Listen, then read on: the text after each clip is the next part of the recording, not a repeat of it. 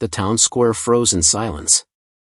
A man in a tailored black suit, known as one of the wealthiest men in the state, raised his hand and struck his pregnant wife across the face. Gasps cut through the crowd, children clutched their mothers, and yet no one dared to move. Shame and cruelty burned in his eyes as she stumbled back, holding her stomach. But just behind the iron fence of the ranch yard, a white horse reared its head high, ears pinned, nostrils flaring. Its dark eyes saw everything. And in that moment, though no one in the square spoke, the horse's restless hooves scraped the earth as if it already knew, justice would not stay buried forever. It was a warm spring morning in the frontier town of Redstone. Sunlight washed the dusty streets golden, and the smell of bread baking drifted from the general store. Townsfolk moved slowly, greeting one another with nods and small smiles. On the far edge of town stood the Harrington estate, a sprawling mansion of polished oak and stone that looked more like a fortress than a home. Henry Harrington, the billionaire railroad tycoon, had built it as a monument to his own success. To him, wealth was not only comfort, it was power, control, and fear. Beside the mansion, enclosed in tall wooden fencing, stood the stables. Among the horses there, one was different, an immense white stallion named Valor. His coat gleamed like snow under sunlight, and his mane, long and flowing, moved like silk in the breeze. Valor had been a gift years ago from a European business partner, but unlike the other horses, Valor had never bowed to Henry. He was proud, restless, and deeply attached to only one person, Amelia. Amelia was Henry's wife. Young, with soft brown eyes and a quiet strength, she carried herself with dignity even when whispers of her husband's cruelty surrounded her. Now heavy with child, Amelia found her moments of peace not in the mansion but in the stables, brushing Valor's mane, speaking to him as though he could understand every word. And perhaps, in some quiet way, he did. "Morning, boy," she would whisper, running her hands gently along his neck. Valor would lower his head, pressing his warm breath against her shoulder. It was as though the horse knew her burdens, carrying a silent promise of loyalty. The townsfolk often wondered why Amelia stayed. They saw her from a distance, her gentle smile, her fragile frame, and they whispered of bruises half hidden beneath lace sleeves. But wealth, fear, and the walls of the Harrington estate kept them from asking too much. That morning, Amelia prepared for the town's annual spring gathering in the square. It was meant to be a day of joy, folk music, ribbons strung across balconies, families selling pies and quilts.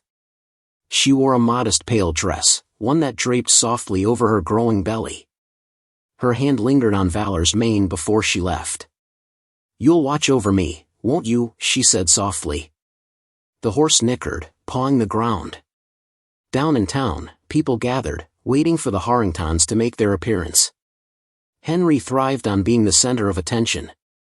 His arrival was always a performance, the polished boots, the black suit that seemed out of place in the dusty West, the cold smile that demanded respect. But for Amelia, it was different. She did not seek to be admired. As she walked beside him, her hand resting carefully on her stomach, her gaze drifted toward the townsfolk, toward the mothers holding children, the young couples laughing, the life outside her gilded cage. For a moment, in the laughter of others, she almost forgot her fears. Yet Valor, from behind the fence of the stables just beyond the square, did not forget. His ears flicked, his head raised high as if sensing a storm brewing, though the sky was clear. He followed with his gaze, watching every step of Amelia's path. It was supposed to be a day of fragile peace. But peace has a way of shattering when arrogance and cruelty collide under the weight of too many witnesses. The square of Redstone was alive with noise that morning. Fiddlers struck cheerful chords, children darted between stalls with sticky fingers from candied apples, and neighbors shared news over steaming mugs of cider. At the center of it all, Henry Harrington stood like a monument. He towered over most men, his slick back hair gleaming in the sun, his black suit spotless despite the dusty air. The weight of his money was visible in every detail, the gold pocket watch he flaunted, the diamond ring that flashed each time he raised his hand. People laughed when he laughed. They hushed when he frowned. That was the unspoken order of things in Redstone. Henry's wealth built the railroad, the factories, the very shops people worked in. To challenge him was to risk ruin. Amelia walked half a step behind him, one hand resting protectively on her swollen belly. Her pale dress fluttered lightly in the spring breeze, but her face was taut with unease. She could feel eyes on her, some kind, some pitying, others fearful. She pressed her lips together and tried to summon the same quiet dignity she always carried. The crowd parted as Henry led her to the steps of the courthouse. He spoke loudly about his latest railroad expansion, promising jobs, spinning tales of prosperity. But beneath the showmanship, his voice had that sharp edge Amelia knew too well, a blade hidden under velvet. And then it happened. One small thing, so trivial it seemed absurd, that was all it took to tear the curtain. Amelia, distracted by the dizzying heat, shifted her weight, slowing her step as Henry was speaking. Her hand instinctively went to her belly. She murmured something faint, asking if they might sit. Henry's jaw tightened. To him, weakness, especially in public, was humiliation. His face turned red, and before Amelia could step back, his hand shot out. The crack of his palm against her cheek silenced the square. Gasps rippled through the crowd. A child whimpered. An old woman covered her mouth. And there she stood, Amelia, staggered, holding her cheek with one hand and her stomach with the other, her eyes wide in shock. Henry's voice cut the air, sharp and venomous. "Stand straight, Amelia. Do not shame me before these people." Shame. The word clung heavier than the blow. She trembled, not from pain alone, but from the cruel realization that he would rather protect his pride than the life of the child she carried. The silence in the square grew unbearable. No one moved. Men who had once brawled in saloons now stood still as stone. Women looked at one another, but none dared step forward. Henry's money reached into every pocket, his temper was feared like fire in a dry field. But there was one who did move. Behind the iron fence of the Harrington stables, Valor reared up, nostrils flaring, muscles rippling beneath his white coat. He had seen everything, the raised hand, the fall of Amelia's body, the cruelty in the man's face. His hooves struck the ground with force, echoing like thunder. Amelia's tear-filled eyes lifted toward the sound. For the briefest moment, she met Valor's gaze across the fence. It was as though the horse's steady, burning eyes reminded her she was not alone, that someone, something, still bore witness. Henry noticed the sound and turned, glaring at the restless stallion. "Quiet that beast," he barked at one of his men. But the horse would not be silenced. Valor tossed his head violently, kicking against the fence, the sound ringing louder than the whispers of the crowd. Amelia swayed, clutching her belly. A murmur rippled through the townsfolk, what if the child had been harmed? Still, none stepped forward. Fear wrapped them tighter than chains. Henry straightened, brushing off his sleeve as though nothing had happened. "Enjoy the festival," he said coolly, his voice dripping disdain. He reached for Amelia's arm to drag her along, but she hesitated. For the first time in years, she resisted, however slightly. Her body trembled, her heart raced, but she pulled her arm just out of his grip. The crowd saw it. Valor saw it. And though she could not speak against him, that tiny act was enough to stir something in the still air of Redstone. But Henry's eyes darkened with fury. He leaned close to her ear, whispering words only she could hear, but Valor's ears twitched as though catching the venom in the tone. Amelia paled, then lowered her gaze, too frightened to move again. Still, the silence of the square did not return to laughter. The music did not rise again. The people saw what they had seen, and though they said nothing, it lingered like smoke over a dying fire. And in the restless pounding of Valor's hooves, there was a promise: this story was not over. The festival in Redstone limped on in uneasy silence. Laughter had drained from the streets, the fiddlers lowered their bows, children clung tighter to their mothers, and men exchanged glances but said nothing.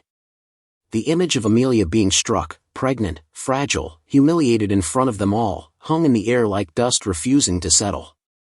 Henry Harrington, with his polished shoes and cold arrogance, acted as though nothing had happened.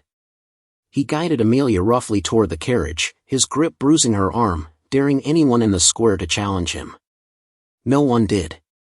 Fear was a leash that had bound the town for years. But in the stables, that leash snapped. Valor had been pacing ever since Henry raised his hand.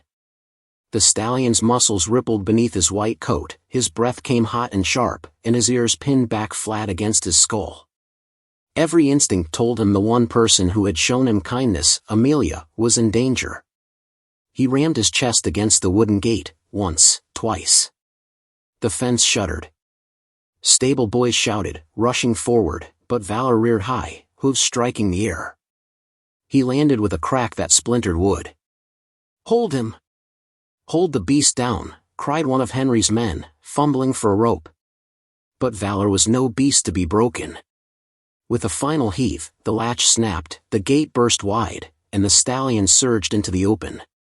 Dust rose in a storm behind him as he thundered toward the square, every eye turning at the thunder of hooves. Amelia, still pale and trembling, lifted her gaze. For the first time since the blow, hope flickered faintly in her eyes. Henry spun, his face twisting in fury. "Get that animal back," he barked. But no one moved fast enough. Valor slowed as he neared Amelia, circling once, his great body placing itself between her and Henry. The crowd gasped. In one sweeping gesture, the horse had done what no man dared, stand against Harrington. Henry sneered. "A dumb animal thinks it can defy me?" He stepped forward, reaching to shove Amelia aside. Valor's ears flicked, his muscles coiled. With a sudden strike, his hoof slammed into the earth, sending dust spraying at Henry's polished shoes. The message was clear, not another step. The people of Redstone stared, breathless. A horse, just a horse, was doing what they themselves had been too afraid to attempt. Amelia's trembling hand reached out, brushing Valor's mane. Her lips moved in a whisper only he could hear. "Thank you." Henry's rage boiled over. He lunged forward, hand raised again, this time not just for Amelia but for the horse. But Valor reared high, his towering form casting a shadow over Henry. The stallion's hooves struck the air with a force that made even the bravest men flinch. Henry stumbled back, his face blanching. For the first time in years, power slipped from his grasp, not at the hands of men, but at the hooves of a horse. The sheriff, who had been lingering at the edge of the square, finally stirred. He had seen too much to ignore. Still, he hesitated. "Mr. Harrington," he began cautiously, "folks here don't take kindly to what happened." Henry cut him off with a glare sharp as knives. "Mind your place, Sheriff. You work for me." But even the sheriff's eyes betrayed something different now. He looked not at Henry but at the horse, then at Amelia clutching her stomach. Justice had been silent too long, and silence had a way of rotting a man's soul. Valor snorted, his breath steaming in the cool spring air. He lowered his head beside Amelia, nudging her gently toward the crowd. Step by step, she moved, shielded by the stallion's massive frame. Murmurs grew louder, sympathy, outrage, courage stirring like embers catching flame. For Henry, the square no longer felt like his stage. It felt like quicksand. Still, he spat his venom. "She's my wife. My child. This is family business, not yours." But Valor struck the ground again, loud as thunder. The crowd jolted, as though the earth itself had spoken. And in that moment, for the first time, a man from the crowd, a simple blacksmith, his apron still dusted with soot, stepped forward. "That ain't family business," he said firmly. "That's cruelty. And it's done in front of us all." Others nodded. The silence of fear was breaking, thread by thread. Henry's hand twitched toward his pocket watch, a nervous habit, but his eyes betrayed something else, uncertainty. He had not planned for resistance, least of all from his own prized stallion. Amelia swayed slightly, exhausted, but Valor pressed close, steadying her with his presence. The white horse, loyal and unyielding, had become her shield. The sheriff cleared his throat. "Mr. Harrington," he said, voice stronger now, "we'll be needing to talk further about this." Henry glared, but the crowd's eyes were no longer bowed. They were wide, watching, waiting. Valor stood tall, unblinking, his loyalty undeniable. And in that fragile moment, the balance shifted. The billionaire's grip on the town had cracked, not with a shout, not with a bullet, but with the quiet defiance of a horse who refused to look away. The town square held its breath. Valor stood tall and still, his white coat glowing in the afternoon sun, his body a living wall between Amelia and her husband. Amelia's trembling fingers clung to the horse's mane as though it were the only rope keeping her from drowning. Henry Harrington's face was red with fury, his chest heaving. Never before had he been defied in public, not by his workers, not by the sheriff, and certainly not by his own wife. The shame burned worse than any wound. "You'll regret this," he hissed at Amelia, his voice low and dangerous. But Amelia did not answer. For the first time, her silence wasn't submission, it was survival. She pressed closer to Valor, who snorted and stamped his hoof, as if warning Henry that every step closer would be a battle he would lose. The sheriff lingered nearby, hand brushing the butt of his revolver. He was not a brave man, but even he knew something had shifted in the air. The people of Redstone were no longer looking at Henry with admiration or fear, they were looking at him with disgust. Then it happened. The twist that no one had foreseen. In Henry's rage, he tried to yank Amelia's arm again, dragging her away from the horse. Valor, sensing her fear, lunged sideways to block him. As he did, something clattered free from Henry's coat pocket, a folded leather ledger, heavy with papers, fell to the ground. It burst open in the dust. At first, no one moved. Then a breeze caught the pages, flipping them wide for all to see. Numbers. Names. Signatures. And on several of the sheets, strange notes scribbled in Henry's own handwriting. The blacksmith bent down before Henry could snatch it back. His soot-covered fingers traced the lines, and his brow furrowed. He looked up, eyes flashing with shock. These are bribes. A ripple went through the crowd. People leaned forward, murmurs rising like a wave. The sheriff's hand tightened on his gun. "Give that back," Henry barked, lunging forward. But Valor shifted again, rearing slightly, his front hooves striking the air so close that Henry stumbled backward. The ledger remained in the blacksmith's hands, protected not by men but by the stallion who had refused to bow. The sheriff seized the book, scanning the entries. His face went pale. "Harrington, these are payoffs.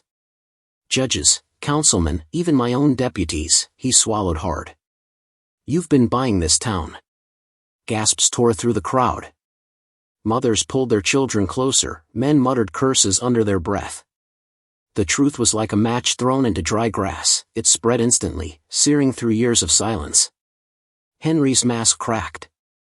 His smooth arrogance faltered as he realized what had just slipped from his control. His secrets, the very foundation of his power, lay in the dirt for all to see, and it was the horse, that dumb animal, who had exposed him. "Lies!" Henry roared. His eyes darted to Amelia, blazing with hatred. "This is her doing. She planted it." But the crowd no longer believed him.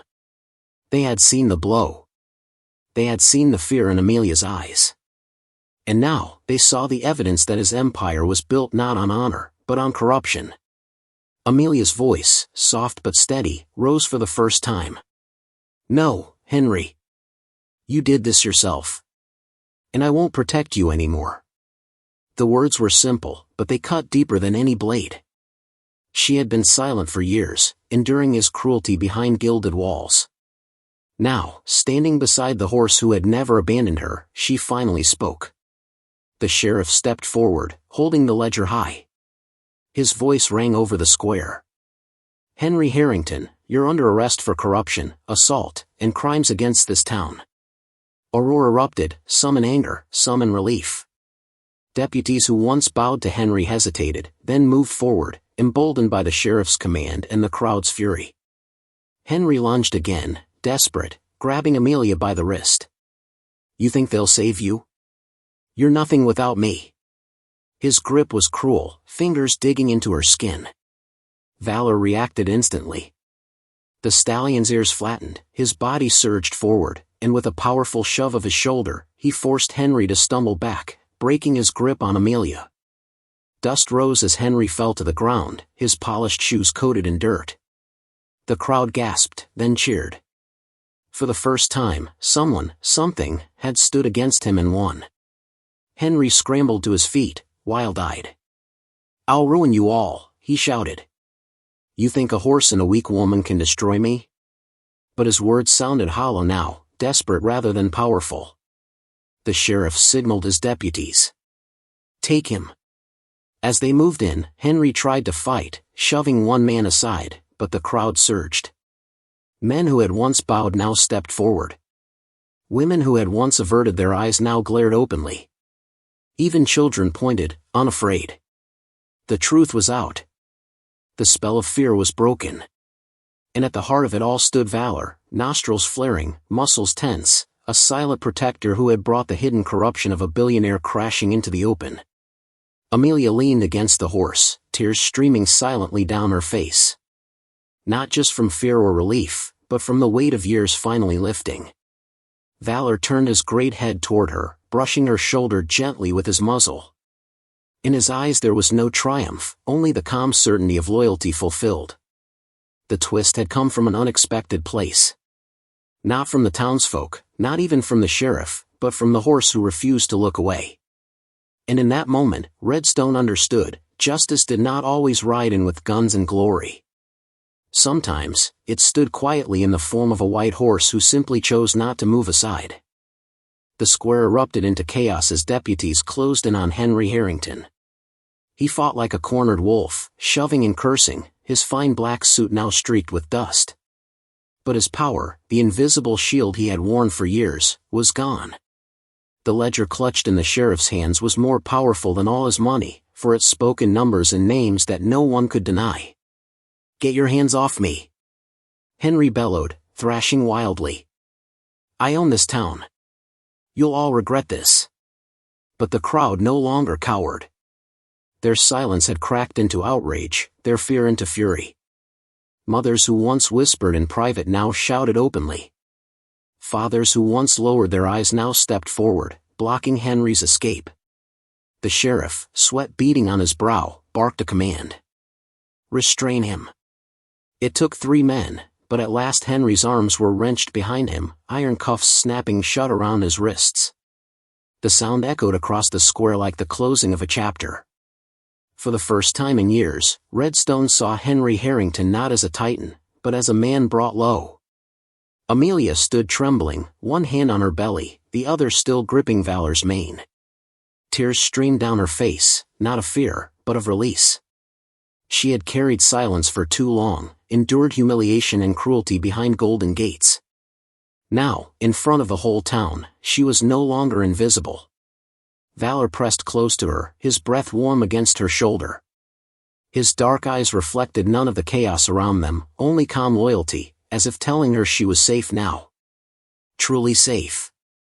The sheriff turned toward Amelia, his voice gentler. "Mrs. Harrington. I swear to you, you won't be alone in this." For a moment, she could not answer. Words felt foreign after years of forced silence. But then she nodded faintly, drawing strength from the presence of the horse beside her. The townsfolk, once timid, now gathered around her.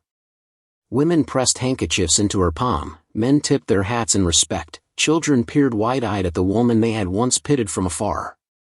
And in the center of it all, Valor stood like a statue of living marble, his flowing mane stirred by the wind, his hooves planted firmly as though he himself had anchored Amelia in place when the world tried to drag her under.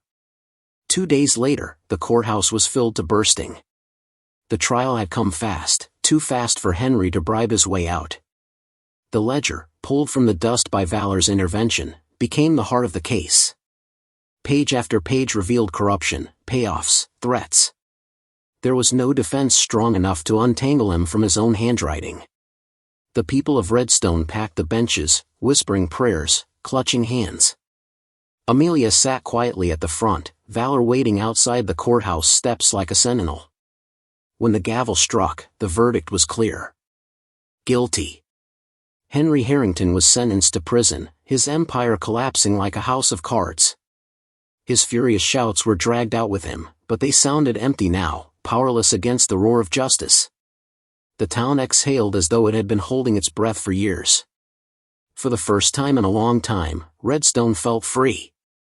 That evening, the townsfolk gathered once more in the square, not for a festival, but for something deeper. They lit lanterns, strung ribbons, and placed flowers at the courthouse steps. At the center stood Amelia, her hand resting on Valor's strong neck. The blacksmith raised his voice. This town owes its courage to more than just words on paper. We owe it to her, he pointed to Amelia. And to him. He gestured toward Valor. A cheer rippled through the crowd. Children ran forward to stroke Valor's mane, mothers whispered blessings, fathers bowed their heads. For Amelia, it was overwhelming. For years she had been nothing more than a shadow beside her husband. Now she stood not as the wife of a tyrant, but as a woman seen, respected, and free. Valor lifted his head high, ears pricked, his white coat shimmering in lantern light. To the people of Redstone, he was no longer just a horse.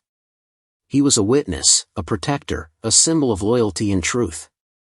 The sheriff, humbled, stepped forward and placed a bronze plaque at the edge of the square. It bore no grand words, only a simple engraving. For courage, for loyalty, for justice. Beneath it, a carving of a horse's silhouette. Amelia's eyes filled with tears as she read it. She leaned into Valor, whispering through the lump in her throat. We made it, didn't we? You never left me. Not once. The stallion lowered his head, brushing her cheek with a tenderness no words could match.